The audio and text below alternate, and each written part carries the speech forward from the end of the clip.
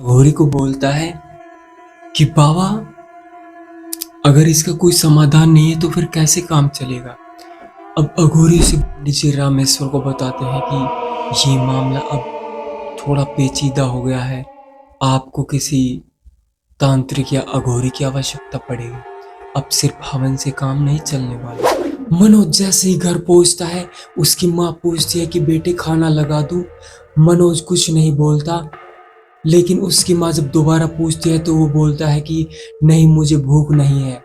उसकी माँ बोलती है कि ऐसा कब तक चलेगा, वो तो जा चुकी है, क्या तुम भी ऐसे भूखे प्यासे उसके साथ ही जाना चाहते हो। मनोज कुछ नहीं बोलता और सीधा अपने कमरे में अंदर चले जाता है। उसकी माँ अंदर उसके साथ कमरे में जाती है और वो उसके बैग को देखती है जो मनोज अभी ऑफिस से लेके आया था। अब वो देखती है कि आज मनोज ने फिर खाना नहीं खाया। उसे थोड़ा गुस्सा आता है और वो सीधा अपने पति यानी कि मनोज के पापा के कमरे में अंदर जाती है और बोलती है कि सुनते हो क्या, ऐसा कब तक चलेगा। मनोज अगर डेली ऐसे खाना नहीं खाएगा तो वो बीमार हो जाएगा।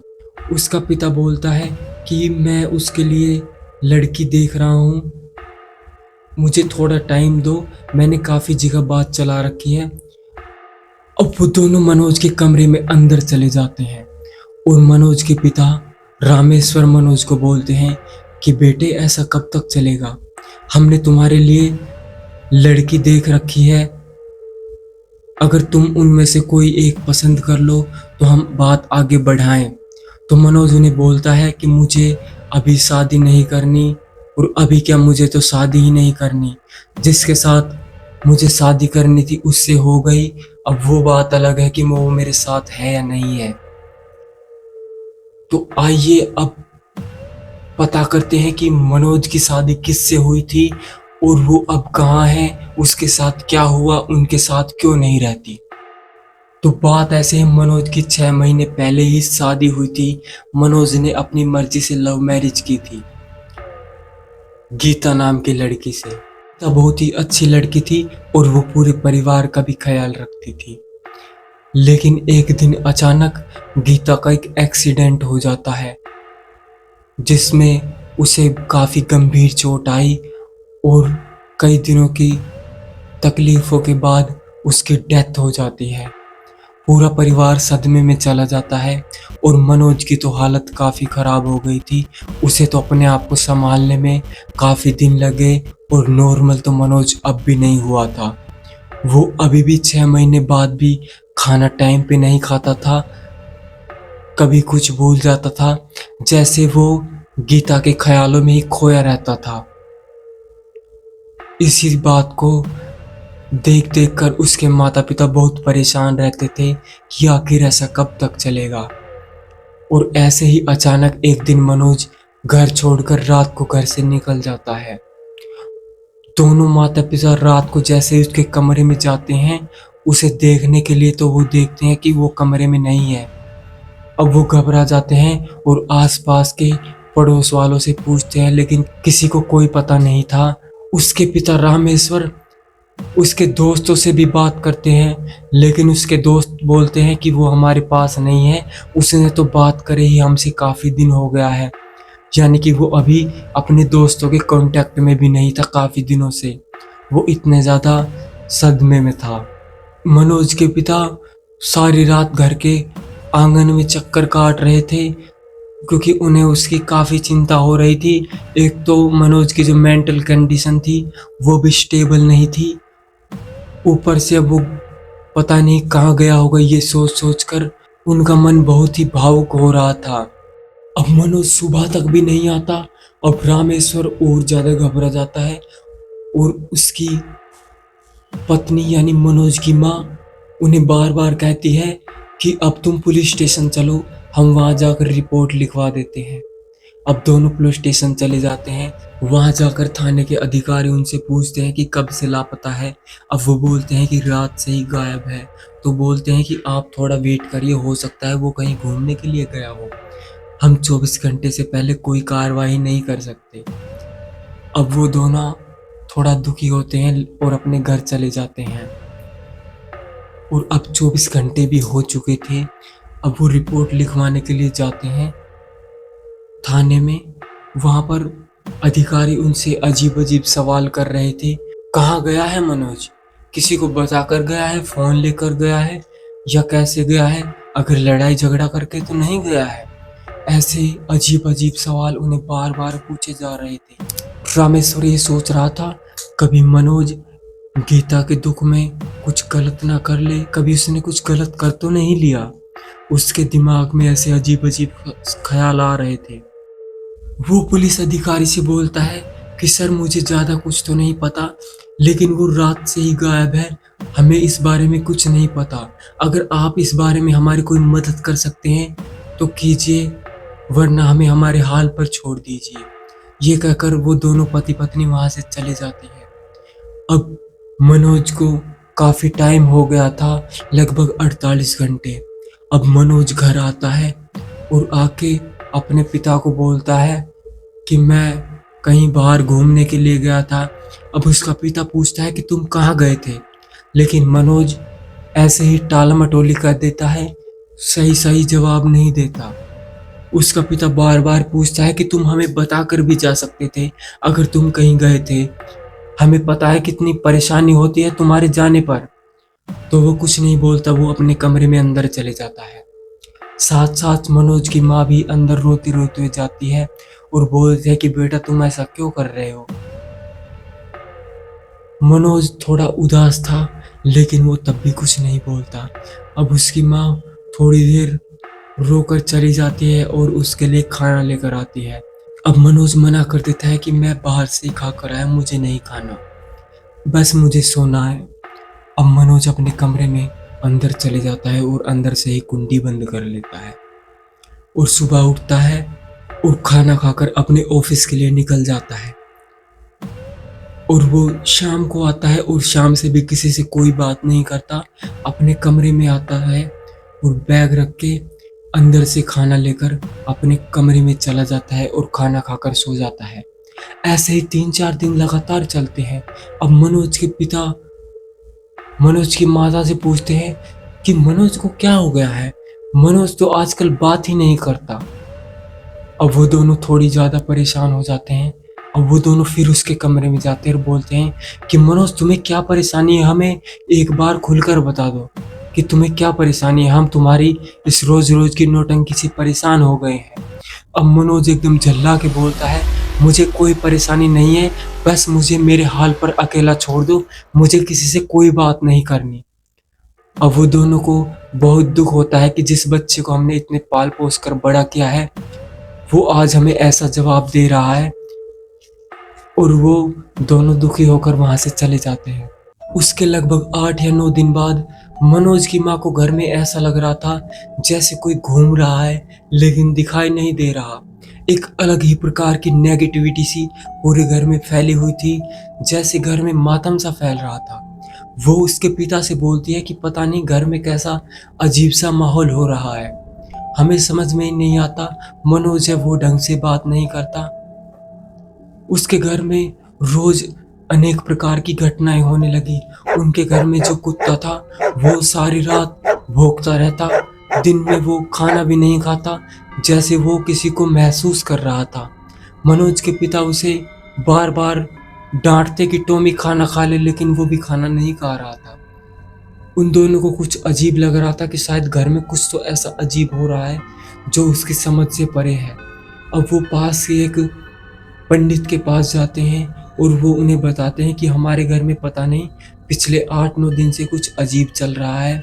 हमारा लड़का है वो भी हमसे ढंग से बात नहीं कर रहा है, हमारा कुत्ता खाना नहीं खा रहा है और हमें भी घर में कुछ अजीब ऐसा महसूस होता है जैसे हमारे घर में कोई है, लेकिन हम उसे देख नहीं पा रहे हैं, जैसे वो दिन और रात को हमारे चारों तरफ चक्कर काट रहा है।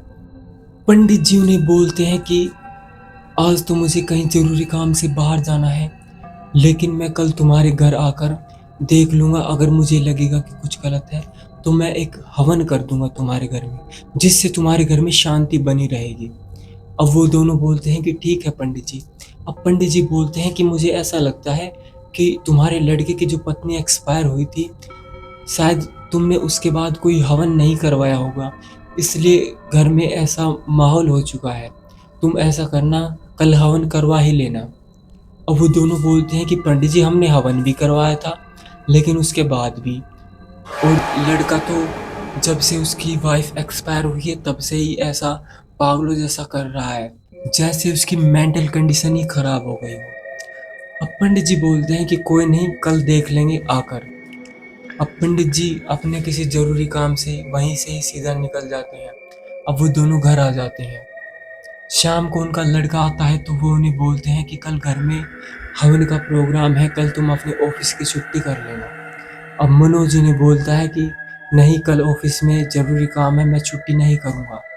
लेकिन उसका पिता बार बार जिद कर रहा था कि तुम्हें कल छुट्टी करनी है। तो मनोज बोलता है कि ठीक है, मैं ऑफिस से कल छुट्टी तो नहीं ले सकता, लेकिन जल्दी करके घर आ जाऊँगा। उसका पिता बोलता है कि ठीक है, तुम ऐसा ही कर लेना। अब शाम को मनोज खाना लेकर अपने कमरे में अंदर चला जाता है। मनोज की माँ और पिता बाहर ही बैठे थे। दोनों अगले दिन के हवन की तैयारियों के बारे में डिस्कस कर रही थी कि कैसे क्या करना है। मनोज खाने की झूठी प्लेट बाहर रख के अपने कमरे में अंदर चले जाता है। अब वो दोनों रात को लगभग 10 या 11 ही बजे थे। वो मनोज के पास ये पूछने के लिए जा रहे थे कि तुम कितने बजे तक आ जाओगे और हम पंडित जी को कितने बजे बुलाएं, और तुम आते वक्त हवन का सामान भी ले आना। ये बोलने के लिए वो दोनों जैसे ही उसके कमरे में अंदर जाते हैं तो वो देखते हैं कि मनोज के कमरे में मनोज के साथ उसकी पत्नी, जो कि मर चुकी थी 7 महीने पहले, कुर्सी पर ही बैठी थी। उसके बाल पूरी तरह बिखरे हुए थे और आंखें जो मनोज की तरफ ही देख रही थी, और मनोज सो रहा था और वो उसे जैसे प्यार से देख रही थी। लेकिन उन्हें कुछ समझ में नहीं आया। वो दोनों बहुत ज़्यादा डर गए और चिल्लाकर मनोज को बोलने लगे, मनोज जल्दी खड़े हो जाओ। अब मनोज एकदम से खड़ा होता है और वो जो मनोज की पत्नी थी गीता, वो एकदम से वहाँ से गायब हो जाती है, जैसे वहाँ पर थी ही नहीं। अब वो दोनों मनोज को बोलते हैं कि हमने अभी अभी गीता को यहाँ पर देखा है। मनोज कुछ नहीं बोलता, लेकिन वो दोनों कुछ समझ नहीं पा रहे थे कि आखिर चल क्या रहा है। अब वो मनोज को फिर बोलता है कि हमने यहाँ पर गीता को देखा है, लेकिन उसका कोई रिएक्शन नहीं था। वो दोनों की तरफ देख ही नहीं रहा था। नीचे देखकर बोलता है कि हाँ देखा होगा, वो कौन सा बाहर गई है, वो तो घर में ही रहती है। अब उन दोनों के पैरों के नीचे से जैसे जमीन खिसक गई। अब उन्हें धीरे धीरे समझ में आने लगा कि घर में जो नेगेटिविटी फैली है वो क्यों फैली है। वो गीता की वजह से ही फैली थी। अब वो मनोज से पूछ रहे थे कि गीता यहाँ पर कैसे आई और ये सब हुआ कैसे। मनोज थोड़े गुस्से में बोलता है कि मैं नहीं बुलाया है गीता को, गीता मेरी मर्जी से ही आई है। गीता और मैं यहाँ पिछले 7 महीनों से ही साथ रह रहे हैं। अगर आप लोगों को कोई दिक्कत है तो मैं यहाँ से चला जाऊंगा, और मैं वैसे भी 1-2 दिन में यहाँ से जाने ही वाला हूँ। 1-2 दिन की बात है, बस तुम लोग 1-2 दिन मैनेज कर लो, उसके बाद मैं और गीता ये दुनिया छोड़कर यहाँ से चले ही जाएंगे। ये बात सुनकर मनोज के पिता बहुत ही घबरा जाते हैं कि ये क्या बोल रहा है। अब उन्हें कुछ समझ में नहीं आया और वो बोलते हैं कि मनोज तुम पागल हो गए हो, मरने वाले के साथ मरा नहीं जाता। तो मनोज बोलता है कि गीता से मैं प्यार करता हूँ और उसके बिना जी नहीं सकता। अगर हम साथ जी नहीं सकते तो साथ मर तो सकते हैं। और वो मनोज को बार बार समझा रहा था, लेकिन मनोज कुछ समझने को राजी ही नहीं था, जैसे उसके अकल पर पत्थर पड़ चुका था। मनोज के माता पिता मनोज के कमरे में अंदर ही रात भर बैठे रहे और तीनों एक दूसरे से कुछ बात नहीं कर रहे थे। ऐसे ही सुबह हो गई। लगभग 8-9 बजे पंडित जी भी घर पर पहुंच गए और वो अपने साथ अपने हवन की सामग्री साथ ही लेकर आए थे। और वो उन्हें बोलते हैं, हाँ जी रामेश्वर जी, हवन की तैयारियां शुरू करवा दीजिए, सामान तो मैं साथ ही लेकर आया हूँ। अब वो पंडित जी से बोलते हैं कि पंडित जी यहाँ तो कुछ अलग ही माहौल है, यहाँ तो हवन से काम ही नहीं चलने वाला। हमें तो किसी बड़े अघोरी या तांत्रिक की जरूरत पड़ेगी। तो पंडित जी उन्हें बोलते हैं कि ऐसा क्या, घर में कुछ ग्रह कलेश या कुछ आत्मा का मामला है? तो रामेश्वर ने बोलता है कि हाँ पंडित जी, मुझे कुछ ऐसा ही लग रहा है। हमने तो रात को ही इसकी पत्नी गीता को यहाँ पर देखा है और इसने हमें बताया भी नहीं। ये पिछले 7 महीने से एक साथ रह रहे थे, एक ही कमरे में, और अब तो इसने कुछ ज्यादा ही आगे की सोच ली। अब तो ये उसके साथ ही जाने वाला है।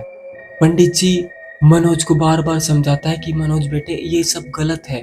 वो तुम्हें बहका रही है, बहला फुसला रही है। वो तुम्हारा फायदा उठाकर तुम्हारी शरीर को तुमसे अलग कर देगी और बाद में तुम्हारे पास पछताने के अलावा कुछ नहीं पाएगा। तुम्हारी वो तब तक थी जब तक वो तुम्हारे साथ थी, अब वो तुम्हारी नहीं है। लेकिन मनोज अब भी मानने वाला नहीं था और तभी मनोज में ही गीता आ जाती है और मनोज पागलों की तरह व्यवहार करने लग जाता है। वो अपने सर को जमीन पर दे देकर मारने लगा और उसके सर से खून भी निकलने लगा और उसने अपने कपड़े भी फाड़ लिए और वो बोल रहा था कि मैं मनोज को अपने साथ लेकर जाऊंगी, इससे मुझे कोई अलग नहीं कर सकता। मनोज सिर्फ मेरा है। तुम इसके दूसरे शादी की बात कर रहे हो, अब तो तुम इसके दाह संस्कार की बात करो। आज रात की ही बात है, फिर हम दोनों एक दूसरे से मिलकर इस दुनिया को ही छोड़कर चले जाएंगे। अब पंडित जी इस सिचुएशन को देखकर थोड़ी घबरा जाते हैं और वो रामेश्वर जी को थोड़ा बाहर लेकर जाते हैं। पंडित जी रामेश्वर को बताते हैं कि ये मामला अब थोड़ा पेचीदा हो गया है, आपको किसी तांत्रिक या अघोरी की आवश्यकता पड़ेगी। अब सिर्फ हवन से काम नहीं चलने वाला। अब जो उसका पिता था वो बोलता है कि ठीक है पंडित जी, अगर आपकी नज़रों में कोई अघोरी या तांत्रिक हो तो हमें बता दीजिए, हमने तो कभी ऐसा कुछ किया ही नहीं है।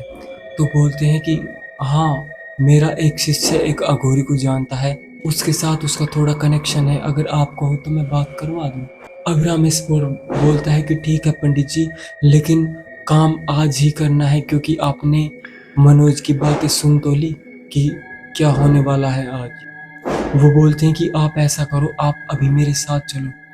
जो पंडित जी था वो मनोज के पिता को अपने साथ लेकर अपने आश्रम में जाता है। वहां पर उसका एक शिष्य था, उसको वो सारी बात बताता है। अब वो तीनों वहीं से ही गाड़ी में बैठकर एक अघोरी के पास जाते हैं और वो अघोरी को अपनी सारी बातें बता देता है कि उसके लड़के की पत्नी 7 महीने पहले एक्सपायर हो गई थी और वो अब उसके घर में ही रहती है और अब तो वो उन्हें दिखाई भी दे रही है और उनके बेटे को अपने साथ ले जाने की धमकी भी दे रही है।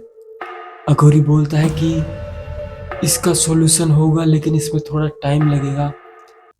आप ऐसा करो कि उस लड़के को यहीं ले आओ। अब पंडित जी अघोरी को बताते हैं कि बाबा ऐसे तो वो नहीं आएगा क्योंकि वो लड़की उसके शरीर पर ही कब्जा करके बैठी है। वो उसकी मानसिक स्थिति को इतनी कमजोर कर चुकी है, अब तो वो सोच समझ भी नहीं सकता। वो तो वही बोलता है जो वो लड़की कहती है। अब अघोरी बोलता है कि अगर सिचुएशन इस हद तक पहुंच गई है तो फिर तो हमें वहीं पर ही जाना पड़ेगा। अघोरी जैसे ही उनके घर के पास पहुंचते हैं तो अपने हाथ को उनके घर के दरवाजे पर रखता है और बोलता है कि हाँ, समस्या तो काफी बड़ी है। और वो अपने साथ एक जल का पात्र लेके आया है और वो दोनों दरवाजों पर थोड़ा थोड़ा डालता है और एक मंत्र बोलता है और थोड़ी सी राख घर के अंदर फूंक मार देता है। अब वो अंदर चले जाता है। वहां पर मनोज बैठा था और मनोज से बोलता है कि क्या समस्या है तुम्हें, तुम बताओगे या फिर मैं ही बताऊं। मनोज में अब भी गीता अंदर ही थी और लंबी लंबी हुकारें भर रही थी, कभी रोती कभी हंसती, जैसे वो एक्टिंग कर रही हो जबरदस्त तरीके की।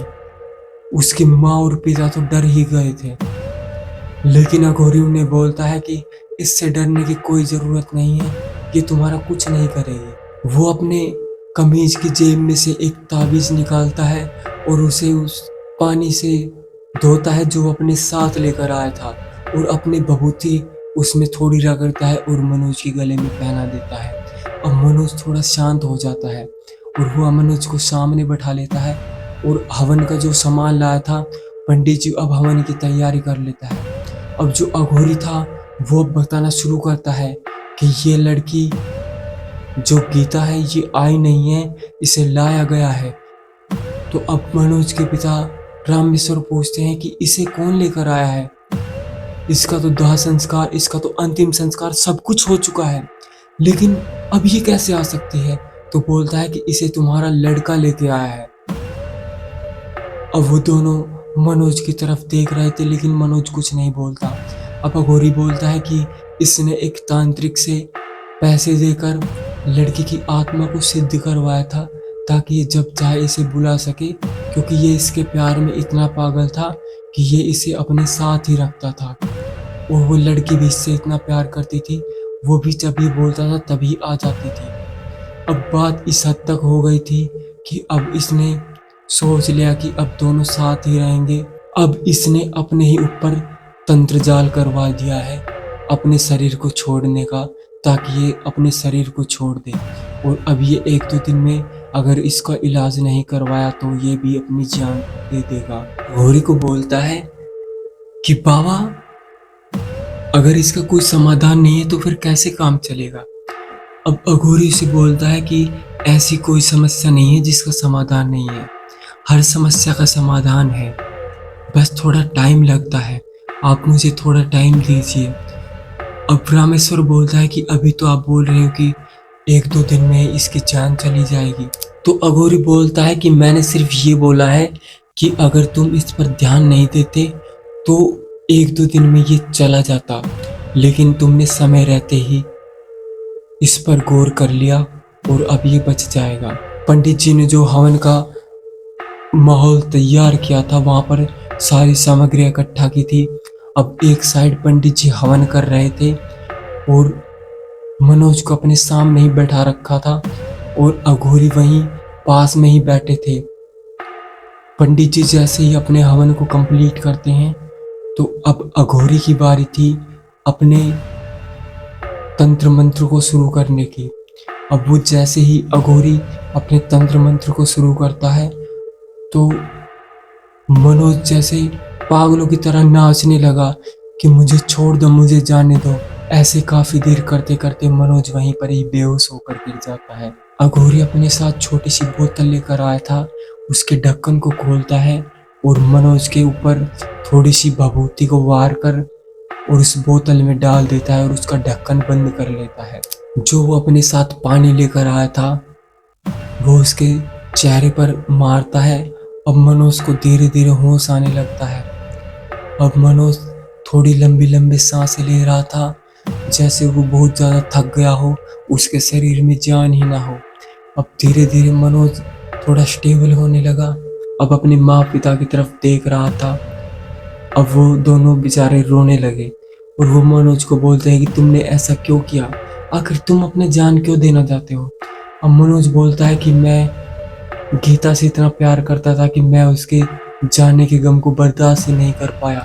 मैं किसी तरह बस उसके साथ रहना चाहता था, उसे पाना चाहता था, इसलिए मैंने यही सही लगा। और अब वो धीरे धीरे मुझ पर इतनी हावी होने लगी कि अब तो वो मुझे अपने साथ ले जाने की बात कर रही थी। अब क्योंकि बात मेरे बस से बाहर हो गई थी, मैं अघोरी के पास भी गया था, लेकिन उसके पास भी इसका कोई सोल्यूशन नहीं निकला।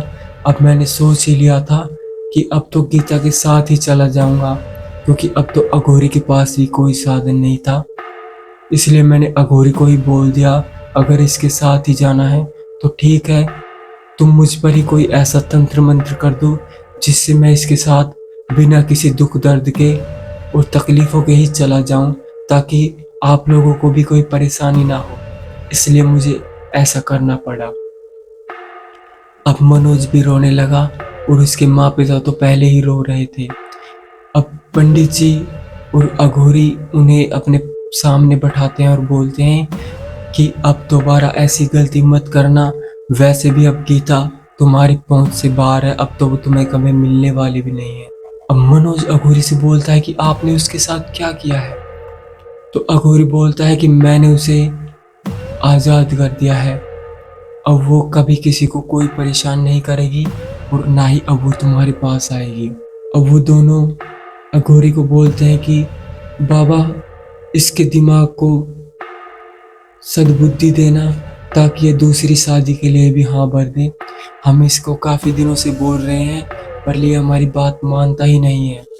अब अघोरी से बोलता है कि जो हो चुका वो तो हो चुका, अब तुम्हारे सामने तुम्हारी बहुत लंबी जिंदगी पड़ी है, अबे कैसे काटोगे इसे। अब मनोज अपने माँ पिता की तरफ देखता है और फिर से रोने लगता है। और उसके बाद वो दोनों अघोरी और पंडित जी वहाँ से चले जाते हैं और उसके बाद उनके परिवार में इस प्रकार की कोई समस्या नहीं आती। तो कैसी लगी आपको ये वीडियो? अगर आपको वीडियो अच्छी लगी तो वीडियो को लाइक, शेयर और सब्सक्राइब कीजिए। धन्यवाद।